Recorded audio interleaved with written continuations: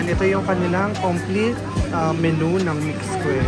So, sobrang mumura ng kanilang mga bilihin dito ng mga drinks. Basta i-try niyo yung ice cream na $1. Ayan, yung kanilang ice cream. Mixquay $1 ice cream. Basta try na tayo. Actually, meron dito sa Bugis. Ganyan itsura, $1 lang siya. So, kung nag-drink kayo ng ice cream na murang-mura, try nyo to. $1 ice cream. Yan.